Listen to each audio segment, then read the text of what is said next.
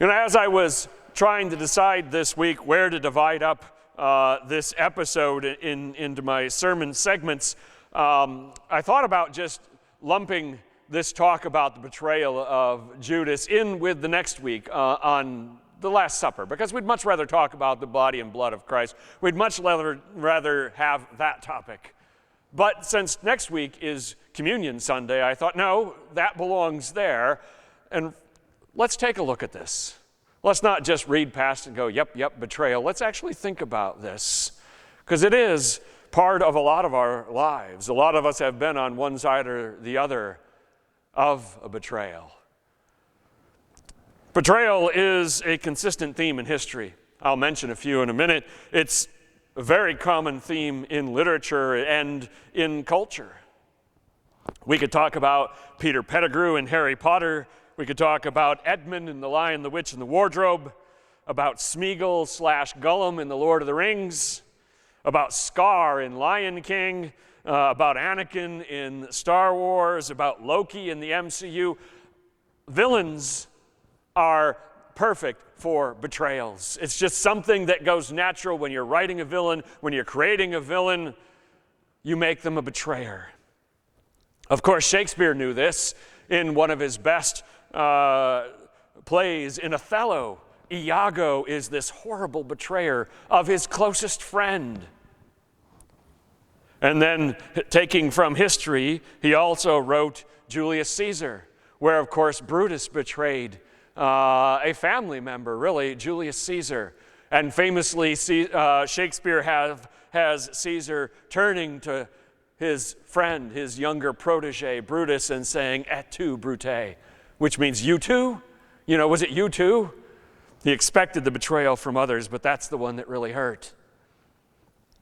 And then one more from history, and this one actually very nearly changed the course of Western civilization as we know it.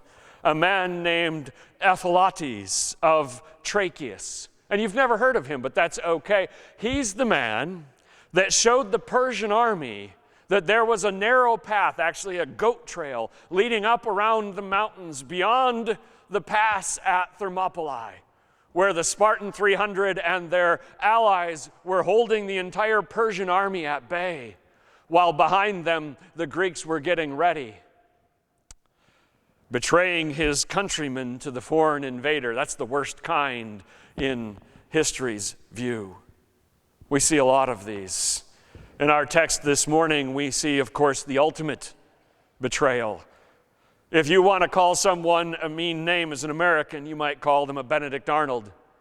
But it's a lot worse to call them a Judas. Let's take a look at the text. On the first day of the Feast of Unleavened Bread, when it was customary to sacrifice the Passover lamb.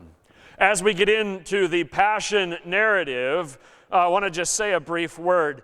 We could, if we wanted to, cross-reference all four Gospels, Matthew, Mark, Luke, and John, and come up with a meta-narrative, an uber-narrative that has all of the bits and pieces, right? All of the episodes, all of the words, all of it. And people have done that. But that's not what we're actually going to try to do. We will focus as much as we can on the Gospel of Mark, and my references to the other three Gospels will be limited to when we need a mystery solved. Like last week, we saw the woman come and anoint Jesus' body for burial, but Mark didn't tell us who she was. Fortunately, we knew who she was from the Gospel of John, and it was Mary. And that made a difference in our understanding, so we talked about that. We will do that sparingly, but if you want to, and it's not a bad idea, as we're going to be going through the Passion narrative for the weeks until we get to Advent, then we'll set it aside for Christmas, and then we'll pick it back up again in January. It wouldn't be a bad idea for you to flip and look. What does Matthew say? What does Luke say? What does John say about the Last Supper? That's what we'll be doing next week. About the Garden of Gethsemane, where we'll be the week after that. About the arrest, where we'll be the week after that before Advent gets here. I'll leave that to you to study on your own in addition to what we're doing here. We're told that it was the first day of the Feast of Unleavened Bread and the day when the Passover lamb was sacrificed. So Mark is talking about the 14th day of the month called Nisan in the Hebrew calendar. This, for us, is Thursday of Holy Week, We often call that Maundy Thursday, and you probably don't know where that word comes from. It's from the Middle English. It actually comes from the word mandate, which was French for mandate. The mandate. And you think, why do we call this Thursday Mandate Thursday? That's because on that day, Jesus said to his disciples, "A new command I give you, a new mandate, that you love one another," after he had washed their feet.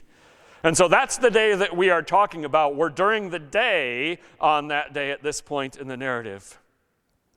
For the Jews, then this is the day before Passover, the day before that meal is to be eaten. The Feast of Unleavened Bread starts just after Passover, on the day after Passover, and so they often lump the two together and call it the Feast of Unleavened Bread. So what's happening on Thursday during the day? Jesus' disciples asked him, "Where do you want us to go and make preparations for you to eat the Passover?" Now the lamb had to be prepared and eaten on the 15th of Nisan, specifically between sundown and midnight. Now for us, that's still Thursday, right? Because we flip our calendar at midnight. So this is Thursday evening, but for them it's the first 6 hours of Friday. Thus the disciples have a deadline to work with here. They've got to have the meal ready after sundown and done by midnight. The pilgrims and residents of Jerusalem are all going to be doing this. Everybody's getting the Passover meal ready, getting the lamb, getting all of the things they need, and being prepared. Of course, this is one of the absolute highlights of their entire religious calendar. The Passover is a celebration. It's like our Christmas, like our Easter. It's very important to them. And so it's a festive time. It's a time of religious education and commemoration. So he sent two of his disciples, telling them, "Go into the city, and a man carrying a jar of water will meet you. Follow him." Now that sounds like a weird thing to do to your disciples. It sounds like a scavenger hunt. Go in the city and wander around till you find somebody carrying a jar of water. This is a crowded city on the day before Passover, right? But Jesus and these two disciples know it's not going to be that hard. Luke tells us it's Peter and John. Doesn't actually matter too much who he sent, because carrying a water jar in the ancient Near East, culturally speaking, is women's work. I didn't say it was women's work. They said it was women's work. That's what they did. I don't know how it became that, because water jars are heavy, but the men apparently didn't stoop to carrying them. I don't know about that. So anyway, when you see a man doing it, you're going to be like, "Oh, that sticks out." Verse 14, "Say to the owner of the house he enters, the teacher asks, 'Where's my guest room, where I may eat the Passover with my disciples?' He'll show you a large room upstairs, furnished and ready. Make preparations for us there." It was customary for residents of Jerusalem to share any spare rooms with Passover pilgrims. Passover pilgrims need a place to eat the meal. Exodus 12:46 says that the meal must be eaten inside the house. So there are no Passover picnics. It's got to happen in a home, in a house. And so every spare room at Passover in Jerusalem is being used by somebody. It appears that Jesus is one step ahead of his disciples. He's already made plans. He's already talked to whoever the owner of this house is, so that everything, tables, couches, all of that stuff will be ready to go. His disciples are responsible for the food, but the room will be ready. The disciples left, went into the city, and found things just as Jesus had told them. So they prepared the Passover. We didn't expect Jesus to be mistaken. His instructions easily carried out, as they were at the triumphal entry. So the disciples went in and procured the unleavened bread, the wine, the bitter herbs, the sauce for the lamb, and the lamb itself. And then as the sun went down, they would have slaughtered the lamb as Moses commanded in Exodus. This is the one time when the people are slaughtering the lamb instead of a priest, where every family is doing this themselves. Following the same pattern, their ancestors have been doing this for about 1,500 years. Our traditions as Americans are a couple hundred years old at most. Thanksgiving's not even that old. 1,500 years, give or take, depending on the date of the Exodus. This is a massive tradition. So what did they need to do? You could look it up later if you want to look at the specifics. Exodus 12, the first 11 verses, I'll summarize. They needed 1 lamb per household. If you only had 1 or 2 people in your household, you needed to find a neighbor to share with. You needed to have a 1-year-old male lamb with no defects, no limps, no blindness, nothing wrong with this animal. It has to be a perfect animal. It could be a sheep or a goat. And then you slaughter the lamb at twilight. At some point in this narrative, Exodus says, your children are going to ask, what are we doing? What's going on here? And that is the perfect time to tell them that in the days of Moses, God brought the people out of Egypt with a mighty hand. And on the last plague, the firstborn of Egypt fell. And to tell them the whole story about the blood and all of that. In a modern Passover Seder, there's like a whole booklet of who the questions and the answers and all of that. That stems out of the fact that they were told, use this to teach your children about what God did for our ancestors. And then, of course, that first Passover, they didn't follow this when they got into Canaan, into the Promised Land. But that first day, they put the blood on the doorframe with the hyssop. That symbolism, of course, being important for the passion of Jesus. What they did with the lamb is to roast it over a fire and then eat it with that flatbread, that bread without yeast, that unleavened bread, and bitter herbs, and burn everything left over, no leftovers. They were supposed to eat with their cloak tucked into their belt, their sandals on their feet, and their staff in their hand, as Moses said. In other words, as soon as you're done eating, be ready to go. Verse 11 says, eat in haste, it is the Lord's Passover. And then after that meal, the next 7 days are the Feast of Unleavened Bread, where you have no bread that has yeast in it. It is a very big deal for them. They had a sacred assembly on the first day and the last day of the Feast of Unleavened Bread. So that is what the disciples are working on and preparing for, a tradition that goes back more than 1,000 years. So when evening came, Jesus arrived with the 12 while they were reclining at the table.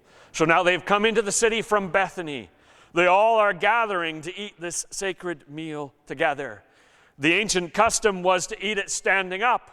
But by the first century, it was customary to do so reclining on a couch. And I know you've probably seen an old movie depicting the Romans or the Greeks doing this. Most of the people in the ancient Near East ate reclining on a couch at a low table. They didn't sit at a high table with a chair like we do. So they're all sitting around the table eating the meal. At this moment, the lamb has been slaughtered, it has been cooked. The meal is underway. This is a solemn moment. Now we know that things are going to get crazy at Gethsemane with that prayer and Jesus being under all of that pressure, and then the arrest, and then the trial. So this is the moment of calm. This is the calm before the storm. But at this moment, he said, truly I tell you, one of you will betray me, one who is eating with me. Jesus chose to bring up an extremely volatile element in the midst of what is otherwise a commemoration, a fellowship, a time of worship. Is there a good time to bring up betrayal? Right? When's the right time? Tell me when a good time is to tell a family member, a friend, a coworker that you know that they tried to betray you or that they're going to betray you. When's the right time to work that into the conversation? After the weather, after talking about sports, where's the right time? For our purposes, doing it at Thanksgiving dinner would be the closest analogy. You've got the whole family gathered around. And picture this. Everybody's got the turkeys on the table. People are in the middle of eating. And Grandpa stands up. And you're thinking, oh, speech, okay, whatever. What do you got? Right? He's going to tell us what he's thankful for. Isn't that lovely? And Grandpa looks at his son down the table and says, you stole from the family business. That'd go over well, right? No worries that. Yeah, for a few minutes, for a second, nobody would say anything, right? The pin drop moment. And then everything would break loose. People would be shouting, yelling, maybe a food fight. Can you imagine? In the middle of the Passover meal, Jesus says, one of you is going to betray me. The only people in the room, if your whole family's gathered for Thanksgiving, maybe there's someone there you don't like, right? Maybe there's someone there that you didn't want to be there, but you had to invite them because otherwise, whatever, right? Everybody in this room is someone Jesus chose to be here. There are no strangers, no strangers present, no outsiders, nobody that doesn't belong. Every man is a disciple. They are all Jesus' family. Yet one of them has a heart so warped that they've not only contemplated, but will soon carry out a betrayal of Jesus. You know, you can't betray someone or something that you're not connected to. You can't betray a stranger because they have no expectation of you. You can't betray an enemy because they already are looking out for you to be against them. You can only betray family or your coworkers or your employer or your country, all of which have some claim of loyalty. It might be a rotten job, or you might be upset with your government, or you might be angry at your family, but they still have some claim of loyalty because you're connected. We daily depend upon our connections, right? We couldn't function in society without the people that we trust. That's one reason why traitors' names live in infamy, why we can still remember Benedict Arnold. What he did wasn't that bad. It didn't actually really impact the war. Not much. But man, that name still carries some weight.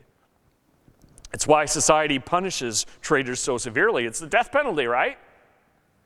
And why writers continue to make betrayal central to the villains they create. If you want to make your villain someone the audience, the reader is going to hate, make them stab their own family in the back, make them betray a friend, and then no one's going to like them. They were saddened. And one by one they said to him, "Surely you don't mean me." Everyone's freaking out, right? Mark already revealed to his readers that the culprit is Judas. He told us that last time. So we're not in suspense. But the 11 sitting there, I can't imagine what Judas thought. Oh, so he knows. But the other 11 have no idea what's going on. For all their infighting over which one of them is the greatest, and believe me, they were just doing that this day, the idea that one of them could actually want to destroy what Jesus is building, right, this kingdom that he's working for, and betray the man himself. How do you fathom that? How do you understand that? We expect opposition from our enemies. That's kind of why they're our enemies. For people who show that they hate us, they dislike us, they just don't care for us. But betrayal from a friend, from family, hurts a lot more, doesn't it? In part because you don't see it coming. "It's one of the 12, he replied, "one who dips bread into the bowl with me." If anyone else beside the 12 were in the room, they'd no longer be a suspect. He said, "It's just one of the 12. To share a meal with someone in the ancient Near East is to form a bond, culturally speaking, that forbids betrayal. If someone shares your meal, if you invite them in or they invite you in, and you betray them afterwards, it's the lowest of the low. It just does not happen. Puts a burden on the host and the guest. These 12 go way beyond that. They're not just house guests for a meal. They've been Jesus' closest followers, his confidants, his friends for more than 3 years. One of them. Let me pause our narrative for a minute and ask, have you ever been on one side or the other of a genuine betrayal. Have you ever stabbed someone in the back or felt that knife in your own back in that spot that you can't reach to pull it out? Maybe you've had both. Betrayal changes both people, and almost always for the worst. It crushes our trust. It calls all of our assumptions into question. It shifts optimism that we may have had to pessimism and maybe even cynicism. Makes faith in others a step we take covered in fear. What if I get hurt again is the most common thought after you've been betrayed. Someone got cheated on, someone got stolen from, someone got lied to. People keep saying to themselves, who else is trying to hurt me behind a smile? Betrayal is tough. There is a case that just broke in the news this week. I wrote about it, and I was thinking about it when I thought about this. There is a high-profile legal battle happening between two Southern Baptist pastors. A man named Mike Stone, who you may not have heard of, and Russell Moore, who you probably have, because he's pretty famous. Both think that the other one is a danger to their denomination, someone that needs to be countered. Both have taken steps to undermine the authority and position of the other. Their actions are mirrored all over the church in America today. Countless stories of people trying to get rid of their pastor, trying to get someone thrown off the board, splitting the church in two, etc., etc., etc. Most often, it's when the culture war has become the primary focus of the people, where someone in the church is being a little too red or a little too blue. And so the people that happen to think the other color is the right team to be on think that that person is a traitor, or that person is dangerous, or whatever we do to that person doesn't really matter because they're too blue, they're too red. This is happening a lot. Statistics about pastors wanting to quit their jobs have skyrocketed during the pandemic because many are taking flack from both sides. Too cautious, not cautious enough. Too political, not political enough. Too much talking about race, not talking about it enough. Tough times. By the way, school superintendents are getting the same thing, and a lot of other people as well. So we know what this is about. We have seen this. Jesus said to Judas, the Son of Man will go just as it was written about him, but woe to that man who betrays the Son of Man. It would be better for him if he'd not been born. Because Jesus was betrayed by Judas, I know at least these two things are true. Number one, the pain that you felt, the harm that you received from being betrayed, is something Jesus knows personally. So his compassion, his encouragement as you try to heal from that is very real. It's not theoretical. He knows what that kiss felt like. And secondly, if you were the cause, the betrayer, forgiveness is possible, because whatever you did does not compare to what Judas did to Jesus. In part because the person you betrayed is not the Son of God. Couldn't have been. There's only one of those. When we hear this about Judas, and this is kind of an academic question, was his sin unforgivable? Could Jesus have forgiven Judas? I say it's academic because Judas went out and committed suicide not long after and showed no sign of repentance in doing so. Consider this, though. Judas's betrayal did not derail the Father's plan. The Sanhedrin would have found another way to find Jesus that fateful night without Judas's help, He didn't need Judas to do it. They still wanted to do it. They were intent on evil. Just as God was committed to redemption, both of them had a plan.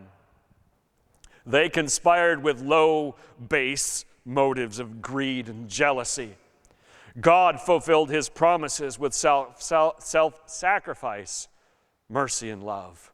They tried to destroy the light that was shining in the darkness. God brought it back more dazzling bright than ever before, 3 days later.